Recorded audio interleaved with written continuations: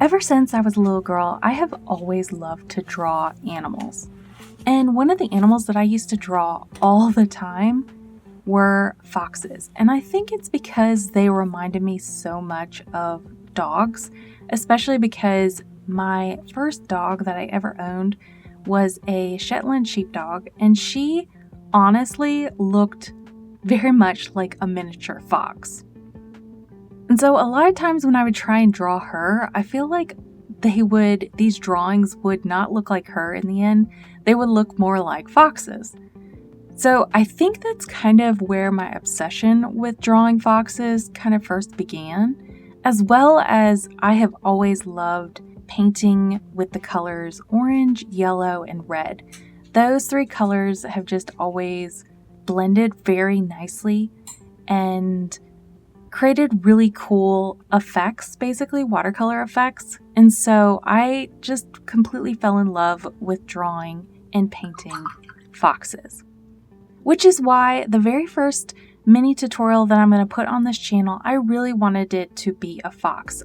So let's go ahead and jump into this.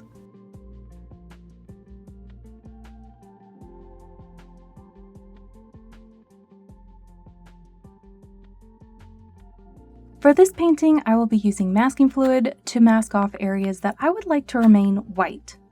However, it is not mandatory that you use it for this painting. If you prefer not to use masking fluid, simply skip this step. I decided to use it because I wanted to guarantee that my fox's tail and chest would remain white. But like I said earlier, if you're not into masking fluid, don't worry about it. So the very first thing that I'm going to be doing is prepping my masking fluid. With a pipette, place masking fluid inside of one of your smaller paper cups, and then add water to the other one. I personally like to dilute my masking fluid with a smidge of water, but use your masking fluid how you usually would. Then add a small amount of Dawn detergent to your paper cup that is filled with water. We will be using this soapy mixture to keep our brush clean during the masking process. Next, with a cheap watercolor brush, coat your bristles in that soapy water mixture, and then pick up some masking fluid. Work quickly so your masking fluid doesn't stick to your brush's bristles. With a thin layer, mask the bottom of your fox's nose, chest, tail, and belly.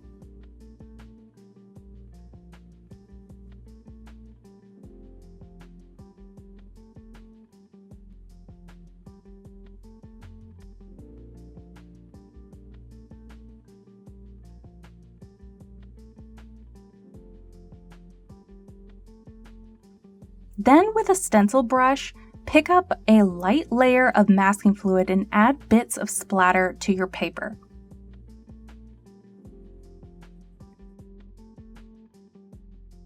This will create a unique texture on your fox's fur for later on.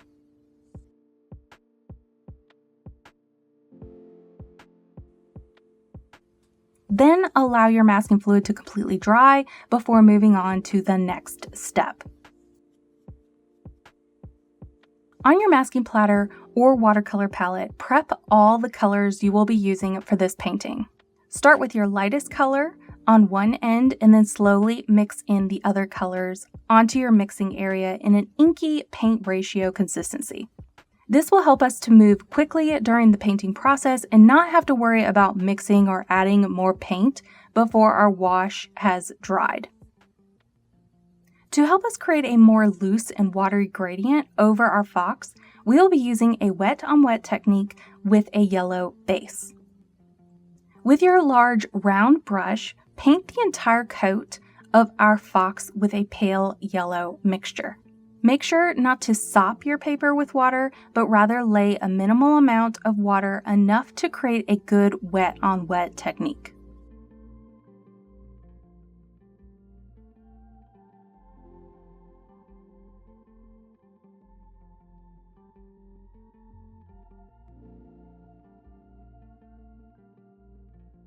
Now with your orange and red paint, drop in color along the fox's head, shoulder, legs, and tail.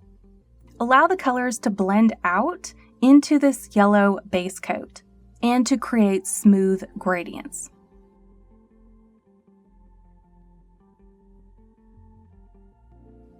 While you are doing this, try to place darker red colors in the location where shadows will be located and paler yellows where your highlights will be located.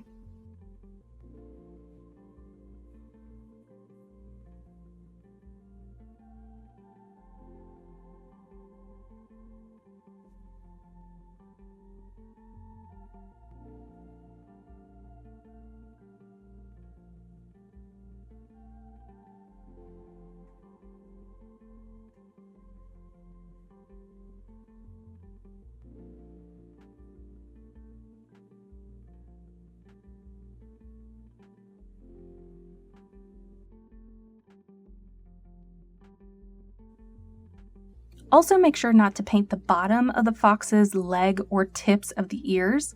Instead, with a wet, clean brush, I'm going to be using a size 4 round brush. Pull the color that is already on the paper down or up in a smooth one color gradient, slowly becoming more transparent as you reach the bottom of the fox's paws and the tips of the ears. And here's a little tidbit for you. Cadmium yellow is a very heavy opaque color and great for pushing back other colors in its way. So if you feel like you lost some of your lighter yellow hues, simply drop more yellow into the area and let it mingle with the colors around it. Then just continue to add color until you're happy with the final results.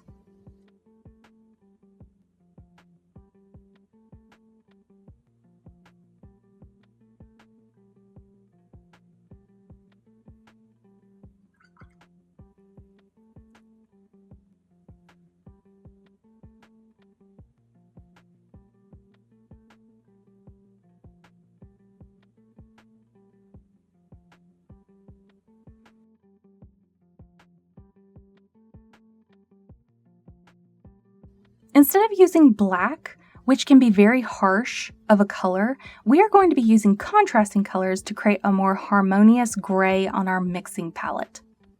The color I will be using is a cool blue, which will then be mixed with an orangey yellow mixture. Now that we have our neutral gray mixed up, slowly add this color to our fox's paws, pulling the color up and blending it out with our still slightly wet oranges and reds.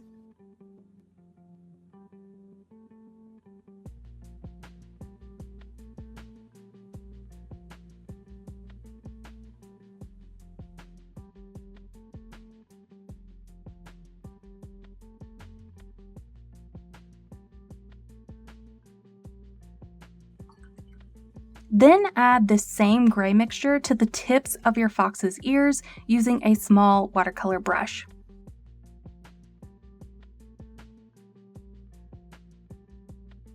Once your fox's legs have dried, using the same gray, paint the front lifted paw of our fox just like so.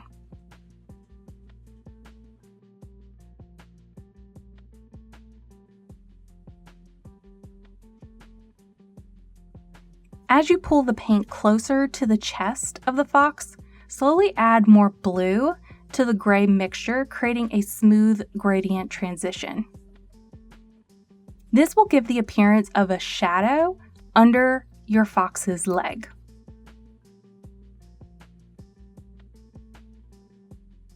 When you have finished painting the front leg, begin to paint the back ear with the cool blue-gray on the inside, and then slowly transition to that warmer charcoal gray as you paint outward. Next, add gray to the back leg, once again starting with the cooler blue-gray color, and then slowly transitioning to the warmer gray as you paint, closer to the belly of our fox.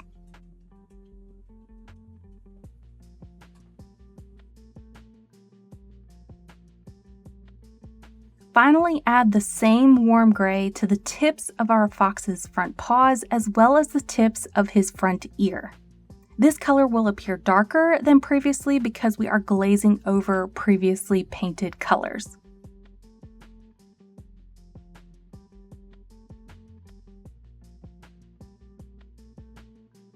Then slowly outline the back of his front ear as you can see me doing here. Allow everything to thoroughly dry before moving on to the next step. Now that our painting is dry, let's remove our masking fluid.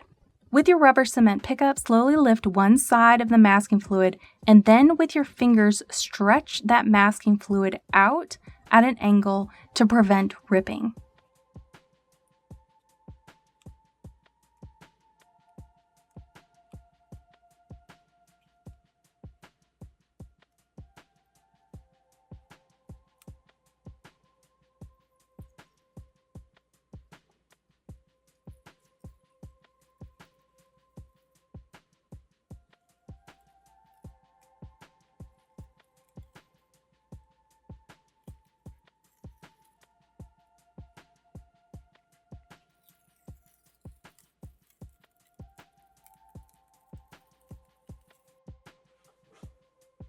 Then using your fingers and the rubber cement pickup, lift up the small splatters of masking fluid along the fur of our fox. Continue to remove all of your masking fluid before moving on to the next step. Once your masking fluid is completely removed, with a small round brush, paint over any edges of your painting that might need refining. For me, I felt like my fox's snout, chest, and tail needed to be repainted to basically make those lines just a tad bit sharper. I did this by painting a similar color to the one that was already painted earlier on the paper. Since we are glazing over a previous layer, it will appear more like a thin line than an actual layer of new paint. Now with that same brush, using a light wash of water, gently paint over the splatter effect that we created earlier with our masking fluid. This will blend the previous color that we painted and basically tone down those stark white splatter dots that appear on our fox's fur. Now, if there are certain places that have splatter dots that maybe you don't necessarily like, you can simply repaint over that area with a similar color that was previously painted. Personally, I had some splatter dots on my fox's face that I didn't quite like how they turned out, so I simply painted over that area again to blend and essentially erase those smaller splatter textures left there. Now, once again, make sure that your fox is somewhat dry, especially the head, before you move on. Because in this step, we will be painting the inside of our fox's ear to create a slightly peach color. Now, I personally recommend dropping a little bit of your orange red into the inner portion of your fox's ear as well as the ear tip. Since the paper is wet, the new color should basically blossom out, creating what will look like shading inside the ear.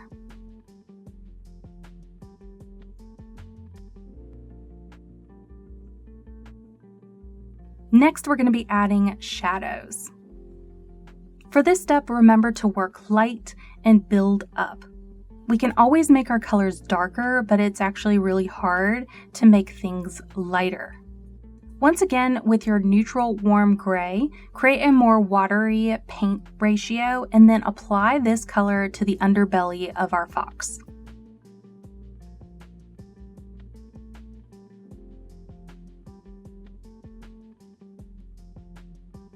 Next, add this same color to the bottom chest section, as well as the bottom of the snout.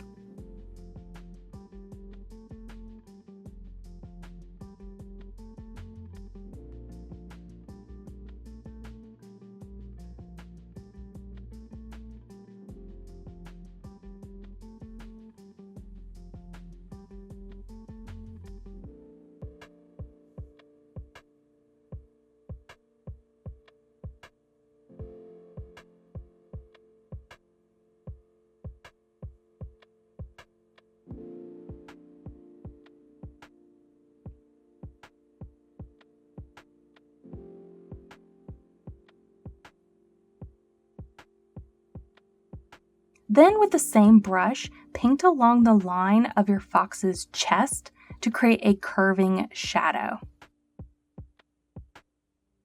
Lastly, add a small dot as well as a light shadow to the edge of our fox's mane.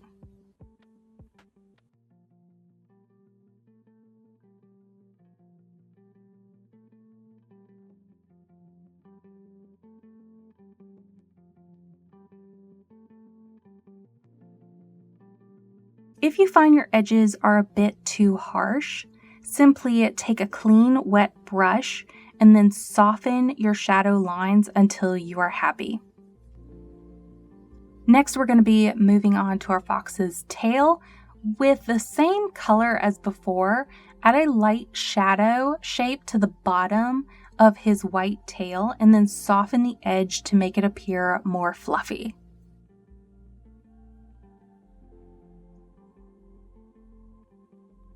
Now that we have our first shadow layers done, let's move on to glazing our second layers.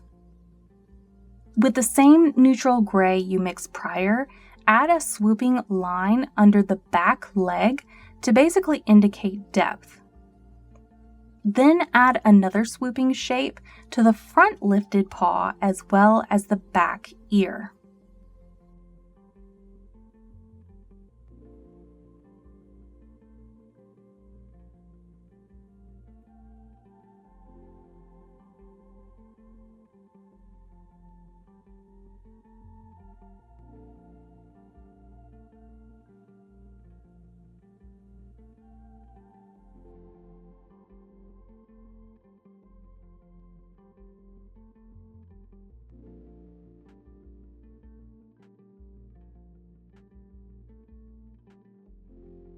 And that is it for our watercolor section. Now moving on to more of our mixed media section of the tutorial. For this step, I wanted to add a bit of childish whimsy to the painting by adding my favorite supply that I loved to use as a child, which was colored pencils. Personally, I love to add small lines of color on top of my watercolor paintings to just add a bit more texture. And color pencils are a great way of doing this, as well as covering up any unwanted watercolor textures you might have created in your painting process. Basically, they are great mistake hiders when you come to the end of your painting and you're basically trying to salvage some areas that might not look as nice as you would have planned. Personally, I love this hack, especially when I'm working in a more wet on wet technique, because watercolor, especially when you're working wet on wet, can be very unpredictable. And so this just gives me a little bit more control at the end of my painting to kind of smooth out anything that I feel like didn't quite live up to the expectations that I had in my head. So the very first thing that I'm going to do is add light orange to basically the highlights on the back of my fox as well as its tail. And then I'm going to take this same color and add it to the top of my fox's head. For me, I noticed that I did have some kind of odd paint textures on the front shoulder of my fox, and I kind of wanted to add some lighter orange to that area to kind of cover up that texture. So that's what you're going to see me doing here.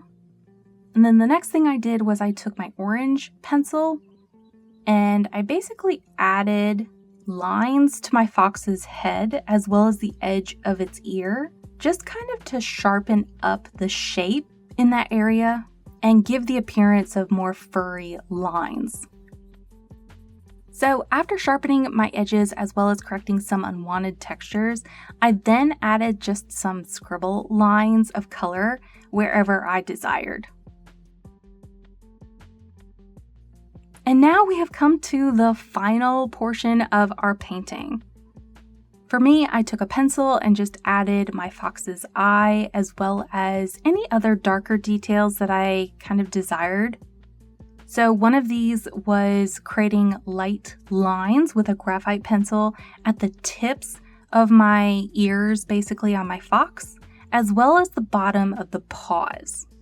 For those two areas, I wanted the colors to be a little bit more drastic of a contrast than what I was kind of getting from using my contrasting colors. So I simply used my graphite pencil to add these textures and this color on top of what I had already painted. And basically that is it. Once you kind of look over your fox and feel like you have finished, you're done.